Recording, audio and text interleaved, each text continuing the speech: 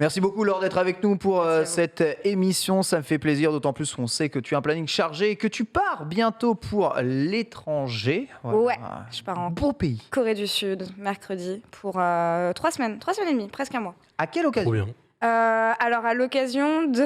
Tu es caché, c'est ça? Non, pas du tout. En fait, il y a un événement League of Legends là-bas. Ouais. Que j'utilise un petit peu comme prétexte pour retourner en Corée, pays que j'aime énormément. Let's go. Bon, on en parle après en détail dans l'interview de toute façon. Lox, tu as préparé une interview complète de Laure que tu connais très bien. Je vais te laisser évidemment cuisiner. Oui, copine et collègue. Bah ouais. Depuis le 3 2018. Vous n'auriez pas vu ma tête ici s'il n'y avait pas eu cette personne dans ma vie aussi. Hein, celle qui m'a ramené chez Webedia. Ah ouais? Pendant un ou trois, on s'est elle faisait des... Alors, c'était quoi ton émission? C'était eSport Zone. eSport Zone, ouais, c'est ça, avec, produit par Olivier Morin. Et j'avais vu ce que Lox faisait. C'est trop cool ce que tu fais. En ce moment, il y a l'E3 chez Webedia. Viens. Ouais, ça s'est vraiment fait comme ça. Et du coup, ils l'ont plateau avec là. Moi, je suis restée avec Chrono. Je te remercie. Merci à toi. La Queen. En tout cas, oui, hein, comme on dit, on travaille ensemble, on a vraiment cette occasion. En tout cas, je reviens un petit peu sur ton parcours parce qu'effectivement, déjà, tu es journaliste. Ça, c'est une case quand même assez importante puisque tu as fait une école de journalisme, l'ESJ en plus de ça. L'ESJ, aussi. Tu es donc présentatrice, tu as commencé en tant que rédactrice Millennium quand même. Après, il y a eu Canal eSport Club, comme on le disait, avec Olivier Morin. Olivier Morin, vous vous rappelez tous un peu de lui quand même. Sûr. Le SWC avec Lamia, tout à fait. Beaucoup de choses. On a une petite photo, Paul, regarde, de l'époque, entre autres d'ailleurs. Petite vidéo de l'époque. C'est une vidéo, oui, pardon, oui, c'est une vidéo. Non, le premier c'est Twitter et c'est une photo. Très bien. C'est une photo vidéo. Peu importe. Qu'est-ce que vous êtes allé trouver? C'est pas grave. Mais voilà, en gros. Si c'est diffusable, évidemment. Si c'est une vidéo compromettante. Techniquement, si c'est sur Internet, c'est diffusable. Justement, c'est le Canal eSport Club. Effectivement, j'avais réussi à retrouver que sur Twitter parce que malheureusement, les vidéos ont disparu du délit. Mais d'ailleurs, on te retrouvait déjà à l'époque avec Genius. Ouais, c'était les premières fois qu'on travaillait ensemble. C'était le premier vraie mission autour de l'e-sport qui a été faite à la télé. Donc il y avait des moyens qui étaient complètement démesurés avec un public, un plateau immense, etc. Et il y avait un expert versus fighting qui était du coup Genius. Moi, j'étais là pour la caution LOL et MOBA. On avait un expert CS aussi. Ouais, c'était cool. C'était une émission mensuelle qui était vachement bien. Mais c'est comme ça que j'ai connu le meilleur. C'est vrai. Le man. Notre frère, quoi. Bien sûr. Et justement, alors, on t'a vu donc passer par Canal eSport Club. Après, il y a eu aussi Bein eSport, avec qui donc, tu as travaillé beaucoup avec Skip à côté. C'était la voix de tous nos reportages chaque semaine. Non, pas tous. J'ai remplacé. J'ai mis notre dernière émission, on est tous en plateau, tous ensemble d'ailleurs. C'est vrai qu'on avait fait une émission tous ensemble. C'était vraiment trop bien. C'était une des dernières d'ailleurs. Mais non, c'est la dernière de la saison. Et c'était la dernière. C'est la dernière. C'était la terre d'air en plus. Ouais, c'était la dernière. La terre de terre. Ouais. C'est ouf, on le savait pas, non. Non, mais si on l'avait su, on aurait célébré un petit peu plus, tu vois, on aurait fait peut-être des choses un peu... On aurait fait péter un truc à la fin du plateau. Mais ouais, c'est vrai, c'était la dernière émission ever de Bein eSport. Ah, je m'en étais pas rendu compte. Il y a eu le Scale aussi, qui se plaçait... en fait, c'était ici, d'ailleurs, si vous voulez tout ça. Il y a eu plusieurs plateaux. Voilà, il y a eu -1, mais il y y a eu aussi... Ça va pas trop le dernier, celui-là était, le dernier plateau. C'était pas mal. Ce petit plateau... Maintenant, on te retrouve aussi toujours en tant qu'intervieweuse aussi en LEC, donc host, interview, ce genre de choses. Et justement, je voulais revenir un petit peu sur ton parcours avec tes années télé. Une question d'ailleurs qui nous a été trouvée par notre ami Skip qui dit « Mais qu'est-ce que tu retiens un petit peu de toutes ces années télé ?» De la télé. Le temps a passé. Aujourd'hui, finalement, les émissions e-sport à la télé, il n'y a plus que le mag e-sport en fait aujourd'hui. Ah ouais. C'est vrai. En France, en tout cas. En France, du moins. Tout à fait. Oui, après au Mexique, ils ont... Et oui, c'est vrai. Mais ça manque un petit peu quand même. Mais on n'a jamais vraiment trouvé de bonne formule, je pense, tu vois, parce que Bein eSport... Canal eSport Club était beaucoup trop ambitieux. En fait, tu avais une hebdomadaire de 10 minutes et une mensuelle en plateau de 50 minutes à chaque fois avec du public. C'était beaucoup trop ambitieux. Au final, on a bien vu que le projet, au fur et à mesure des années, Canal+ a mis de moins en moins de budget jusqu'au bout de 3 ans où ils ont complètement arrêté le truc. Bein eSport, ça a duré vachement longtemps au final, 2016 jusqu'à 2021. 5 ans. Ouais. 2017 jusqu'à 2021, donc c'est quand même pas mal. Base, non? Alors, c'était Twix avec PA, et PA est parti, du coup, j'ai repris le duo avec Twix. Et je trouve qu'on n'a pas vraiment réussi à trouver des bonnes formules pour les émissions e-sport télé, parce que d'un côté, tu voulais avoir une case e-sport dans ta grille pour justement, pour te dire, on fait de l'e-sport, on consomme cette nouvelle forme d'entertainment, mais du coup, les gens de la télé, ça les intéressait pas, donc il fallait tout... J'allais dire bétifier, mais non, vraiment tout vulgariser. Vulgariser. Ils en diffusaient pas beaucoup aussi. Non, c'est ça. Et faire Bein, c'était une hebdo pour faire le tour de toute l'actu e-sport en 25 minutes, c'est un peu short. Tu parles pas non plus aux fans d'e-sport, donc au final c'est hyper dur de trouver une audience, je trouve. Donc je pense que c'est aussi pour ça que c'est paradoxal. Bean, ils ont diffusé beaucoup d'e-sport, enfin pas que Bean, Canal aussi un petit peu pendant le confinement. Ouais, j'avoue. Par les biais des trucs caritatifs, etc., notamment par rapport au sport, au basket et au foot. Mais Canal, il y a beaucoup d'e-racing sur Canal, le soir notamment.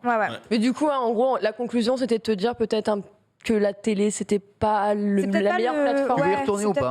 Ouais, j'aimerais bien parce que c'est toujours une expérience cool. Et au final, moi, ce que je retiens de mes années télé, c'est que pendant mes premières années chez Canal, je finissais mes études. En fait, j'ai eu un accord pour ne pas aller en cours et c'est mon expérience Canal me servait. Et au final, j'ai adoré mes années d'études, mais j'ai jamais eu une expérience comme celle que j'ai eue dans ma première année chez Canal. C'est pas la même chose. Et ça, pour faire pas mal de Twitch et d'émissions Twitch, pareil, ça m'a pas mal aidé à cadrer ce qu'on faisait sur Regaming à l'époque, OTP aussi, et apporter des automatismes dont les web TV pouvaient avoir besoin justement et que tu trouvais pas trop sur Twitch. C'est une plus-value finalement d'avoir cette formation de journalisme, on peut bien s'imaginer. Et justement, depuis 2021, les choses, j'ai envie de dire, ont plutôt pas mal changé, puisque en plus d'OTP, avec lequel tu es associé, la famille. Oui, c'est ça, c'est la famille. Vous avez récupéré tous les locaux et tout, et justement, on voit que tout ça est bien en train de grandir. Mais tu t'es pas arrêté là, toi, justement. Tu as commencé à proposer justement une nouvelle variété de contenu à travers ta chaîne YouTube, mais aussi via Twitch. Justement, on a une petite vidéo dans laquelle tu faisais ton annonce. Voilà, ça m'arrive qu'il faut que je change d'ailleurs ma vidéo d'accueil sur YouTube. Mais merci.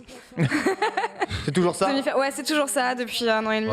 Ça prouve que j'ai pas du tout les automatismes. Théma, attendez, je vais montrer un truc à Théma. Vraiment, c'est de pierre en pierre. Dis-moi, qu'est-ce que je suis censée lire? Je ne sais pas. Heureusement que j'ai. Oui, je ne sais pas, mais regarde. Regarde comment c'est terrible. Je ne vois rien de ma case. Je te donne un outil fonctionnel sur lequel tu peux lire tout ce que tu veux. Non, mais là, vraiment, je vais vous sortir un vrai test tech de l'iPad, vous allez voir. Lui, à chaque fois, elle est là avec son doigt. Mais je regarde en fait si Ken il va sur la case, il y a écrit Ken, donc je vois plus la case. Ceci s'appelle un ordinateur. On travaille avec depuis maintenant les années 80. C'est vachement fonctionnel. Est-ce que c'est tactile? Regarde. Oh non. Non, c'est pas tactile. Tu n'es pas obligé de toucher. Tu peux lire. Trace de doigt sur l'écran là. J'ai toujours lingette épite, ça va, t'inquiète, ça va, on n'est pas des. Non, mais c'est bon, là, en vrai, c'est revenu. Mais j'étais en mode. C'est génial. Il y a un truc écrit en bas, je ne sais pas pourquoi. Mais bref, quoi qu'il en soit, on revient un petit peu sur cette création de chaîne, cette mise en avant de nouveaux types de contenus. Et ça a été quoi le déclic à ce moment-là? Qu'est-ce qui s'est passé pour que ça arrive seulement en 2021? Il y avait une contrainte de temps où il y a eu un petit déclic qui a fait « Allez, maintenant, j'ai envie de communiquer différemment ». Je pense que c'est un peu des deux. De un, avant ça, j'étais surtout présente sur pas mal de médias.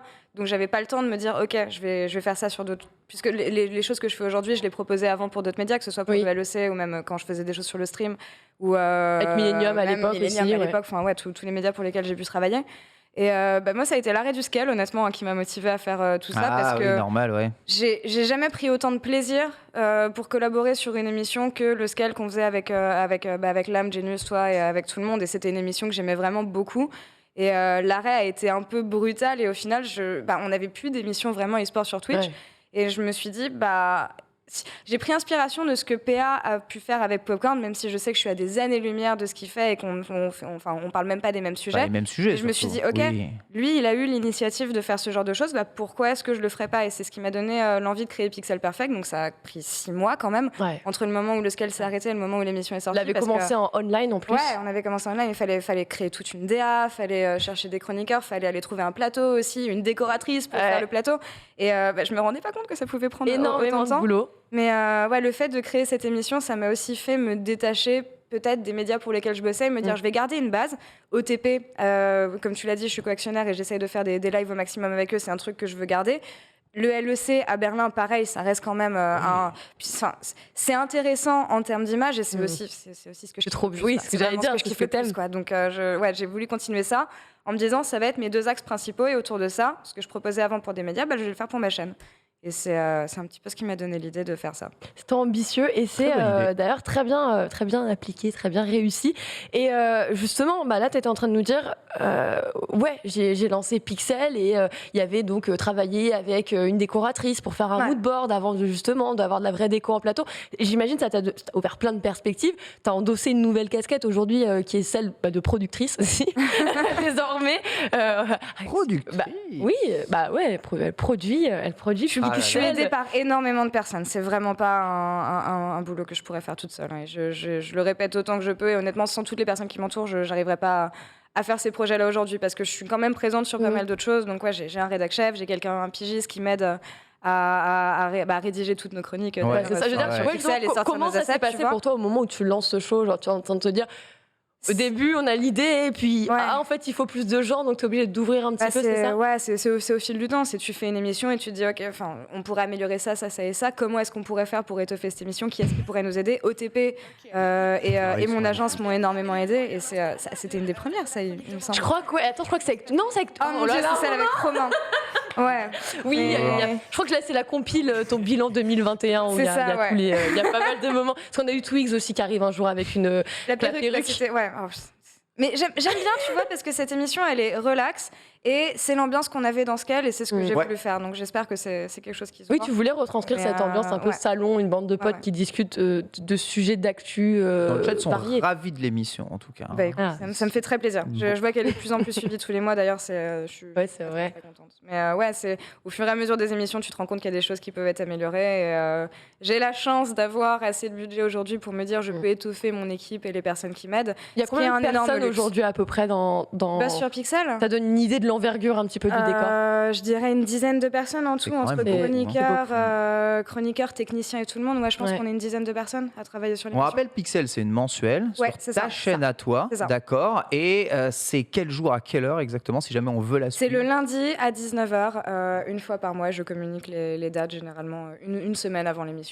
Très bien, très bien. Et ce créneau mensuel, vous avez réussi à le tenir jusque-là? On a réussi à le tenir jusqu'au mois dernier parce qu'on avait Inoxtag en invité. Oui, donc il fallait s'adapter à son calendrier. Voilà, un petit peu. C'est ça, un normal. Mais j'essaie de me tenir au calendrier. Là, justement, je pars en Corée. Ça va être assez sportif de faire Pixel Perfect en Corée. Je crois que je vais devoir le faire à 1h du mat, heure locale, pour que ça soit à 17h, heure française. Let's go. Donc voilà. Mais on maintient l'émission et on fera un truc spécial pour... C'est beau le monde. Question suivante. Justement, on voit en fait que tu t'es tout simplement diversifié au fur et à mesure du temps. Et je voulais revenir un petit peu sur cette diversification aujourd'hui. On la remarque irrémédiablement sur plusieurs profils. On peut penser à des joueurs pros qui se dirigent plus vers créateurs de contenu, entre autres. Est-ce que pour toi, on arrive à un moment, à une période où finalement cette diversification, elle est un petit peu inévitable si on a envie de continuer à se faire kiffer et aussi d'être présent? Je pense que de toute façon, tout le monde évolue et en fonction du temps, tu n'as pas forcément les mêmes envies. J'aime toujours autant l'e-sport, mais j'aime pas forcément consommer de l'e-sport de la même façon que je le faisais il y a 5 ans. Donc forcément, mon approche dans la façon de produire du contenu, je pense qu'elle va évoluer. Donc diversification, oui, parce que c'est ce que nous disait Inox la dernière fois. Tu as envie... T'as envie d'évoluer avec ton audience, t'as surtout envie que ton audience évolue avec toi et t'es obligé de les emmener là où tes goûts vont. Donc je continuerai de parler d'e-sport en tout cas pendant les prochains mois et les prochaines années, mais pas de la même manière. Et j'espère. Je comprends tellement dans ce sens-là. Avec des vlogs comme tu le fais, notamment, tu te déplaces directement chez des équipes. Donc on a des vlogs où t'es chez BDS, Mad Lions, G2. On voit les locaux, on voit un petit peu la vie. Chez T1 la semaine prochaine. Et chez T1 la semaine prochaine. Justement, voilà, on a parfaitement à cette question. J'allais dire, tu pars en Corée là dès mercredi à l'occasion, en tout cas, du MSI. J'y travaille aussi. On s'attend à du contenu. Il y aura que ça. J'ai une dizaine de vidéos de prévues. Je vais aller voir T1, donc l'équipe de Faker. Je vais aller voir le LOL Park. Je vais faire des vidéos avec G2. Il y a pas mal de personnes aussi qui sont sur place. Il y a Sardoche qui est là. Donc je pense que je vais aussi aller voir Sardoche. Il y a énormément de choses à faire en Corée. Et mon but dans les vidéos que je fais, c'est de montrer la vision que j'aime de l'e-sport et pour les gens qui ne peuvent pas forcément aller sur place et à l'heure où il y a le Covid, c'est beaucoup plus difficile de se déplacer en événement. Donc voilà, produire des vidéos sous mon regard pour les gens qui peuvent pas y participer. C'est aussi l'occasion de te découvrir aussi un petit peu différemment parce qu'on te voit... On est en plateau. Là, quand tu prends ta caméra et que tu te balades, c'est encore autre chose et c'est une manière différente aussi de communiquer et d'échanger avec les personnes qui te suivent. Et justement, Laure, avec tout ce que tu as fait aujourd'hui et tout ce que tu fais, c'est quoi le next step en fait? Qu'est-ce qui te fait encore rêver? On va où après? Le next step, c'est de continuer à faire ce que je fais, de surtout plus commencer à m'orienter vers la production de vidéos. Là, je fais des vlogs aujourd'hui, c'est la forme qui me convient. J'aimerais commencer à m'orienter vers des reportages un peu plus. Une personne que je cite souvent, c'est Loïc Prigent, pour ce qu'il fait dans la haute couture et dans la mode notamment. Je suis énormément fan de ce mec et de la façon qu'il a de justement présenter cette industrie. Ouais. Donc voilà, continuer. Tu veux t'orienter vers du froid, de la production de documentaires, des notamment. choses Des ça sera pas des président. reportages, ce genre de choses. Et par la suite, plus de la prod, justement. Donc d'ici quelques années, peut-être moins de présence en caméra, mais plus essayer d'encadrer des personnes, tu vois, qui auraient des idées et qui veulent faire de l'e-sport pour les aider à réaliser leurs projets. Un rêve, un objectif à atteindre réellement dans ta vie? Est-ce que tu vois le top ladder là? Je sais que ça fait un peu bateau comme réponse, mais je trouve tant que je suis heureuse. Ouais. Voilà. Et aujourd'hui, je suis hyper heureuse et j'ai pas. Là, aujourd'hui, je vois pas ce qui pourrait me rendre plus heureuse que ce que je fais aujourd'hui. J'ai une famille qui est géniale, j'ai des amis qui sont géniaux aussi. Je fais un boulot de rêve, donc. On verra de quoi j'aurai envie d'ici quelques années, mais tu es encore en train de te laisser un peu porter finalement. Ouais. Je dirais pas, je pense pas que j'ai pic dans l'industrie où je travaille, même s'il y a un pic, mais je sais pas où est-ce qu'il est. Pour l'instant, je suis heureuse dans ce que je fais. Très bien, c'est une magnifique réponse en tout cas.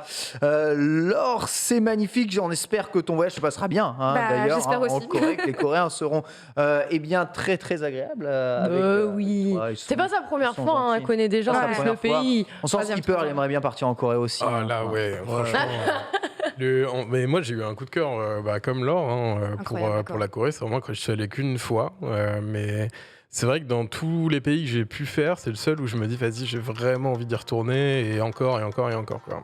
Nalix, voyager peut-être, le retour? Ouais, j'aimerais bien beaucoup aller au Japon, mais là, me donne envie d'aller en Corée maintenant, donc c'est relou quoi. Je rêve d'aller au Japon aussi. Japon plus Corée. Je crois que Nain, il est plus impatient que vous tous sur le plateau. 3 ans sans Japon, ça commence à faire. C'est long, ça fait long. beaucoup. C'est long. On a chacun notre pays après tout. Après, c'est pas mal. Voilà, l'avion, c'est très loin, tout ça. Voilà. Ici. C'est très loin. Ça économise mon plan épargne carbone. Voilà, comme ça, je pourrais le dépenser. C'est bien. T'es dans le positif depuis un moment, je crois. Exactement. C'est vrai. C'est pas mal.